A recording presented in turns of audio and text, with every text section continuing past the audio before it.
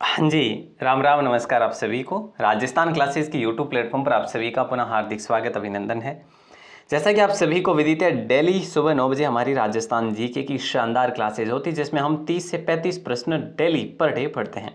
दोस्तों, ये वो प्रश्न है जो PYQ आधारित है। अगर आप इसे वास्तव में अच्छे से कवर कर लेते हैं तो यकीन मानिए दोस्तों कि 80% प्रश्न PYQ आधारित ही आपकी परीक्षा में छपते हैं। तो उम्मीद करूंगा आप क्लास को पूरा जरूर देखेंगे और अपने दोस्तों के साथ में शेयर करना ना भूलिएगा। और दोस्तों देखिए, ये मॉडल पेपर आप कितने सही करोगे ये आपके लिए एक सवाल रहेगा, पूरी क्लास होगी तब तक। ठीक है, तो उम्मीद करूंगा कि पूरी क्लास देखने के बाद आप जरूर बताएंगे कि आपके कितने प्रश्न सही होते हैं।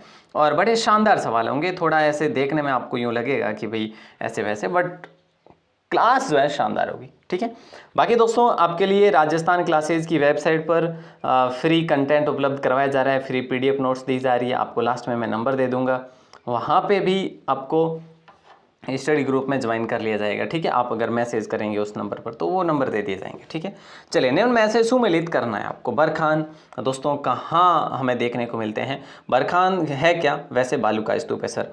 पहले में दो कहीं आ रहा है क्या सर? पहले में दो, एक तो ए में आ रहा है, एक डी में आ रहा है।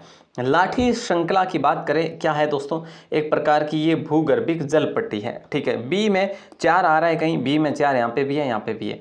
इंसेलबर्ग और पलाया, पलाया क्या है? पलाया शुष्क झीलें हैं जो कि जैसलमेर में मुख्यतः पाई जाती। बाकी आपको मान लो कि इंसेलबर्ग पता नहीं है, इसलिए हम पलाया पे आए हैं। तो डी में कहीं पे 3 आ रहा है, बिल्कुल यहाँ पे आ रहा है। ऑप्शन डी को ही लॉक कर देंगे। इंपॉर्टेंट सवाल था, ऐसे क्वेश्चन पूछे गए हैं एग्जाम में, इसलिए आपके सामने रखा है। राजस्थान का अक्षांशीय विस्तार कितना है? देखिए दोस्तों, राजस्थान का अक्षांशीय विस्तार कितना है, तो यहाँ पे आपका राइट आंसर हो जाएगा 7 डिग्री 9 मिनट। अक्षांशीय विस्तार आपसे पूछा है। ठीक है, तो ऑप्शन सी को आपने लॉक किया है। और अगला सवाल देखिए कि सांबर राजस्थान की सबसे बड़ी खारे पानी की झील है। ठीक बात है, सांबर झील 74 डिग्री से 75 पूर्व देशांतर में स्थित है। तो दोस्तों सही कूट कौन सा है? तो ए भी सही है और आर भी सही है। कथन ए और कथन आर दोनों के दोनों सही है। ऑप्शन ए आपका लॉक आंसर होगा। इंपॉर्टेंट सवाल है। और आगे बढ़ते हैं, अगले सवाल को देखते हैं। अगला सवाल देखिए दोस्तों, नवलखा झील किस जिले में स्थित है? देखिए, नवलखा जो झील है ये किस जिले में स्थित है? इसका आंसर आपका क्या होगा? नवलखा झील तो सर बूंदी में स्थित है। कहाँ पे है? नवलखा झील जो है आपके बूंदी में स्थित है। अधिक अवनालिका अपर्दन वाले जिले हैं। अधिक अवनालिका अपर्दन वाले जिले हैं। तो दोस्तों इनमें से कौन से वो जिले जो अधिक अवनालिका अपर्दन वाले जिले हैं? तो धौलपुर है, करौली है, सवाई माधोपुर और कोटा है। जहां पर सर्वाधिक चंबल नदी का अपवाह क्षेत्र है। चंबल नदी का अपवाह क्षेत्र है। तो ये बात आपको याद रखनी है। और अगला सवाल भी आपकी स्क्रीन पर है कि Delhi Vadodara greenfield express way किस जिले से नहीं गुजरता? देखिए दोस्तों, ये सवाल एग्जाम में पूछा गया है, भले ही सेम ना हो लेकिन इसी फॉर्मेट में पूछा गया। ऑप्शन ए आपका लॉक आंसर हो जाएगा। जयपुर को लॉक करेंगे। जयपुर नहीं है, बाकी कोटा है, दौसा है और अलवर भी है। ठीक है, अगला सवाल, राजस्थान के निम्न में से किस जिले में काजरी का मुख्यालय अवस्थित है? दोस्तों आपने पढ़ा होगा, एक तो आफरी पढ़ा होगा, एक आपने काजरी पढ़ा होगा।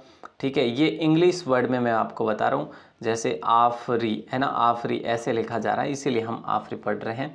ठीक है, तो ये कहाँ पे है दोस्तों? जोधपुर में है, याद रखना। अगला सवाल देखिए, कोलायत लिफ्ट नहर का नया नाम क्या है? देखिए दोस्तों, कोलायत लिफ्ट नहर का नया नाम क्या है? तो पन्नालाल बारूपाल लिफ्ट नहर को लॉक करेंगे। ऑप्शन ए आप सभी का करेक्ट आंसर हो जाएगा। इंपॉर्टेंट सवाल है, ऑप्शन ए को लॉक करा है। बाकी अगला सवाल आपकी स्क्रीन पर देखिए, कोलायत लिफ्ट नहर का नया नाम अब पन्नालाल बारूपाल लिफ्ट नहर है। सॉरी, पन्नालाल का करणी सिंह लिफ्ट नहर है। सॉरी, कोलायत का जो है करणी सिंह, कोलायत करणी सिंह हमने कई बार पढ़ा भी है ना, कोलायत करणी सिंह। दोस्तों याद रखना, कोलायत का नाम अब क्या हो गया है? करणी सिंह लिफ्ट नहर। क्या? करणी सिंह लिफ्ट नहर। तो ये बात आपको याद रखनी पड़ेगी। और अगला सवाल आपकी स्क्रीन पर है कि राजस्थान की निम्नलिखित झीलों में से कौन सी झील राष्ट्रीय झील संरक्षण कार्यक्रम यानी NLCP के अंतर्गत नहीं आती है? तो यहाँ पे आपका दोस्तों कौन सा होगा? NLCP के अंतर्गत तो राष्ट्रीय झील संरक्षण कार्यक्रम है, फतेह सागर झील है, नक्की झील भी है, अन्ना सागर झील भी है, लेकिन स्वरूप सागर झील नहीं है। ऑप्शन सी को आपने लॉक किया है, तो बेहतरीन सवाल है। अगला सवाल देखिए दोस्तों, सुमेलित करना है। देखिए सुमेलित करना है आपको, सिंचाई परियोजना है और फिर जिले हैं। देखिए गागरीन, ये सवाल दोस्तों कहाँ पे पूछा गया मैं आपको बता दूं, लाइब्रेरियन एग्जाम में पूछा गया था, जो 3rd ग्रेड एग्जाम हुआ था 2022 में, उसमें। तो यहाँ पे आपका राइट आंसर हो। गागरीन की बात करें दोस्तों झालावाड़ करेंगे हम, लहासी की बात करें तो 12 करेंगे हम। तो सी में 2 कहीं आ रहा है, बिल्कुल सर, यहाँ पे भी है, यहाँ पे भी है, यहाँ पर भी है। ओके, अब देखते हैं गागरीन 4, मतलब कि ए में कहीं 4 आ रहा है सर, इसमें आ रहा है। तो जाहिर सी बात है ऑप्शन ए को आपने लॉक कर दिया है। बड़ा अच्छा क्वेश्चन था ये आपका, है ना। बाकी तकली की बात करें, तकली आपका कहाँ पे, कोटा में है, और चाकन आपके बूंदी में है। तो ऑप्शन ए आपका लॉक आंसर हो जाएगा।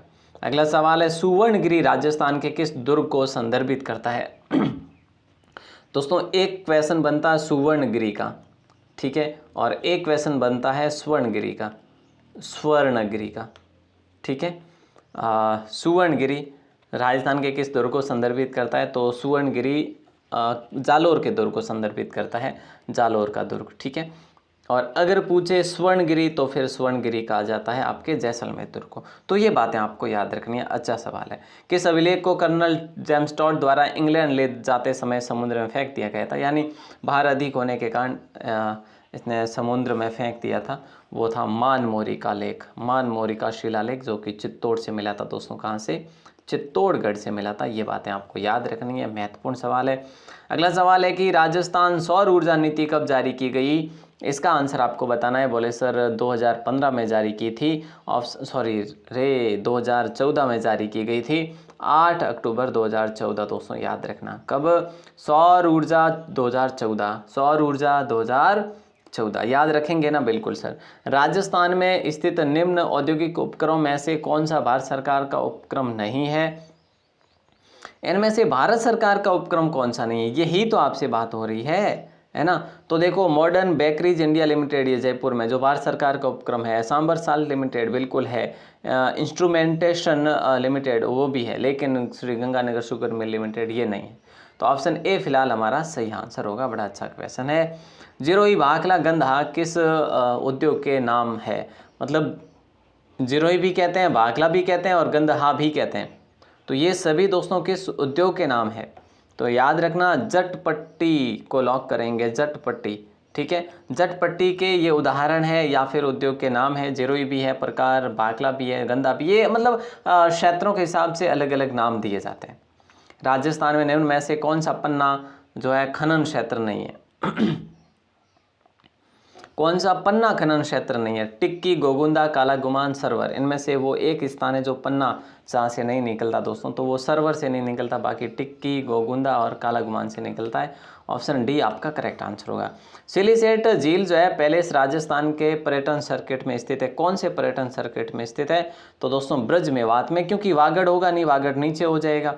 ढूंढाड़ जयपुर में होगा, मेवाड़ उदयपुर होगा। लेकिन जब बात करें आपसे तो, है ना, तो यहाँ पे थोड़ा जयपुर यहाँ आ गया, खैर कोई बात नहीं, यहाँ कर लेते हैं अपन और इसको कट कर लेते हैं। अब ये जो ब्रज मेवात है, ये आपका ब्रज मेवात क्षेत्र होगा, ठीक है, क्लियरनेस।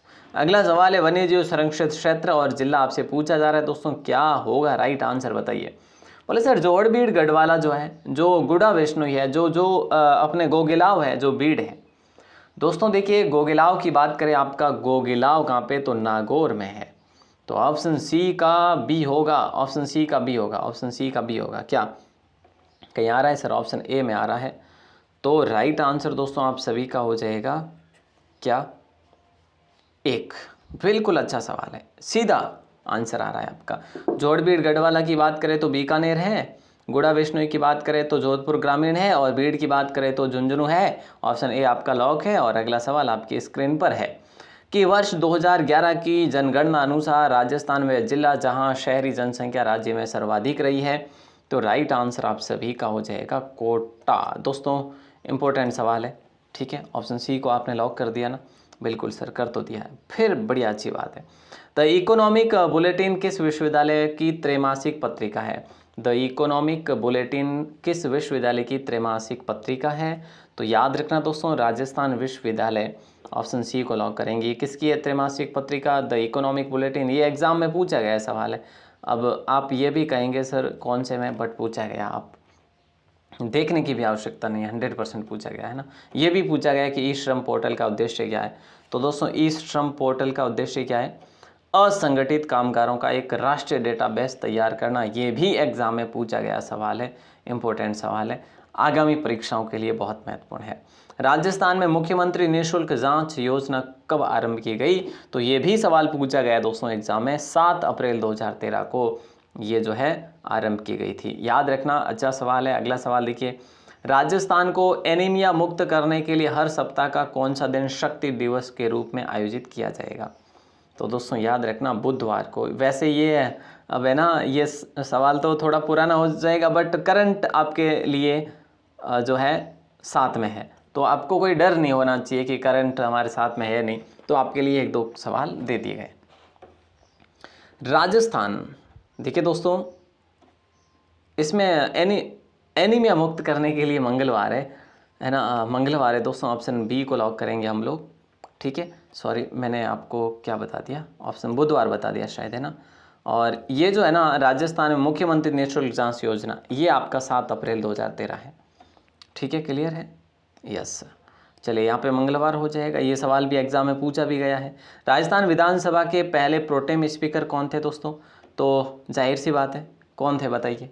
राजस्थान विधानसभा के पहले प्रोटेम स्पीकर महाराव संग्राम सिंह थे दोस्तों। ऑप्शन ए को आपने लॉक किया है, ठीक है। निम्नांकित में से राजस्थान के कौन से मुख्यमंत्री बनने से पूर्व किसी भी मंत्रिपरिषद में मंत्री नहीं रहे थे? इनमें से तो दोस्तों कौन होगा इसमें से राइट आंसर कौन सा होगा बताओ? हाँ बताइए, बड़ा अच्छा क्वेश्चन है और राइट आंसर आप सभी का हो जाएगा ऑप्शन बी, ए और डी, यानी जयनारायण व्यास है और एक भैरव सिंह शेखावत है। ऑप्शन ए और डी दोस्तों, ऑप्शन बी यहाँ पे आपका सही आंसर होगा। राजस्थान उच्च न्यायालय के जिन न्यायाधीशों को 29 अगस्त 1949 को शपथ दिलाई गई उनमें से कौन सुमेलित नहीं है? दोस्तों ये बड़ा लाजवाब सवाल है, ऐसे सवाल हमें कंफ्यूज करते हैं। न्यायमूर्ति लाला नवल किशोर जोधपुर ये सुमेलित है। न्यायमूर्ति कंवर लाल बापना जयपुर ये सही है। न्यायमूर्ति जवान सिंह राणावत कोटा ये गलत है। बाकी न्यायमूर्ति त्रिलोचन दत्त बीकानेर ये सही है। तो ऑप्शन सी जो है सुमेलित नहीं था आपका। और अगला सवाल देखिए, निम्नलिखित संवैधानिक अनुच्छेदों में से कौन सा अनुच्छेद पंचायत के बारे में 73वें संशोधन द्वारा जोड़ा गया था? 73वें संशोधन, है ना। तो राइट आंसर आप सभी का हो जाएगा 243 से 243 तक, ठीक है। ऑप्शन सी आपका सही आंसर होगा। राजस्थान राज्य सूचना आयोग का गठन कब किया गया था? राजस्थान राज्य सूचना आयोग का गठन कब किया गया था? तो दोस्तों राइट आंसर आप सभी का हो जाएगा 18 अप्रैल 2006। 18 अप्रैल 2006 को लॉक करेंगे। ये सवाल एग्ज़ाम में पूछा गया है, चाहे आप सीईटी को कहो या फिर वीडियो एग्ज़ाम को कह लो, है ना, किसी एक एग्ज़ाम में ये सवाल पूछा गया था आपका। नौ चौकी बांध कहाँ पर अवस्थित है? देखिए दोस्तों, नौ चौकी बांध जो है ये कहाँ पर स्थित है, इसका आंसर आपको बताना है। बोले सर नौ चौकी बांध तो राजसमंद में है। अच्छा जी, बहुत बढ़िया। तो नौ चौकी पाल कह लो, बांध कह लो दोस्तों, वही बात है। और राइट आंसर आप सभी का हो जाएगा ऑप्शन सी। और आप सभी को पता है दोस्तों, यहाँ पे राजसमंद झील जो है जिसके किनारे राजस्थान की सबसे बड़ी प्रशस्ति राज प्रशस्ति भी उत्कीर्ण है, ठीक है। तो ये बातें आपको पता होनी चाहिए। दिलवाड़ा मंदिर समूह के 5 मंदिरों में निम्नलिखित में से कौन सा मंदिर शामिल नहीं है? तो दोस्तों राइट आंसर होगा विमल वसई है, लूणव सही है, पितलहर है, खारा वसई भी है ना, ये भी है, और बाकी वो महावीर मंदिर भी है। तो 5 प्रांगण, एक प्रांगण में 5 मंदिर है दोस्तों, ठीक है। एक प्रांगण में 5 मंदिर है, इसीलिए इसको दिलवाड़ा का 5 मंदिरों का समूह कहा जाता है। राजस्थान की कौन सी सभ्यता बनास बेड़च गंभीरी और कोठारी नदियों के तटों और घाटियों में फैली हुई है? कौन सी जो है सभ्यता? दोस्तों आहड़ सभ्यता को लॉक कर दे क्या? करेंगे सर। ताम्रयुगीन सभ्यता दोस्तों, ठीक है, ओके। ताम्रयुगीन संस्कृति भी कहते हैं जैसे। आहड़ को आघाटपुर भी कहा जाता है दोस्तों, आघाटपुर, ठीक है। और ये अगर बात करें, एक टीला है, ठीक है, जिसका नाम है धूलकोट, है ना। तो उस टीले पर खुदाई इसकी करवाई गई थी। ए के व्यास के द्वारा इसका सबसे पहले खोज करवाई गई, फिर रतन चंद्र अग्रवाल और सांकलिया के द्वारा इसकी खुदाई करवाई गई थी दोस्तों। ठीक है, तो ये बातें आपको याद रखनी है। और अगला सवाल देखिए कि राजस्थान क्षेत्र और गायों की नस्लें, बताओ कौन करेंगे सही आंसर। उत्तर पश्चिमी राजस्थान, दक्षिण पश्चिमी राजस्थान, पश्चिमी राजस्थान, दक्षिण पूर्वी मध्यवर्ती राजस्थान, कहाँ पे कौन सी नस्लें पाई जाती है, इसका आंसर आपको बताना है दोस्तों। बताइए क्या होगा राइट आंसर, बताओ। देखो कौन कौन बताते हैं। सर ऑप्शन जो है हम तो करेंगे सर ऑप्शन बी को या फिर सी को, है ना। तो देखो यहाँ पे हम बात करें उत्तर पश्चिमी राजस्थान की बात करें तो यहाँ पे राठी गाय पाई जाती है, ऊपर जैसे उत्तर और पश्चिम में राठी गाय। ठीक है, जैसे राजस्थान की कामधेनु भी कहा जाता है, राजस्थान की कामधेनु भी कहा जाता है। दक्षिण पश्चिमी राजस्थान की बात करें तो कांकरेज पाई जाती है, बिल्कुल ठीक बात है।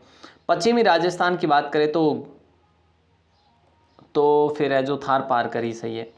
ठीक है, और दक्षिण पूर्वी मध्यवर्ती राजस्थान की बात करें तो गिर ठीक है, जैसे अजमेर क्षेत्र वगैरह में। तो दोस्तों यहाँ पे आपने ऑप्शन बी को चुना है, तो बिल्कुल सही आंसर होगा। बेहतरीन सवाल है और एक सवाल जिसका आंसर आपको देना है बाहर आके कमेंट सेक्शन में। उम्मीद करूंगा आप सभी जरूर देंगे। कौन सा रासो राजपूतों की उत्पत्ति को अग्निकुंड से संबंधित करता है, इनमें से वो कौन सा जो है रासो है दोस्तों, बताना है आपको कमेंट करके।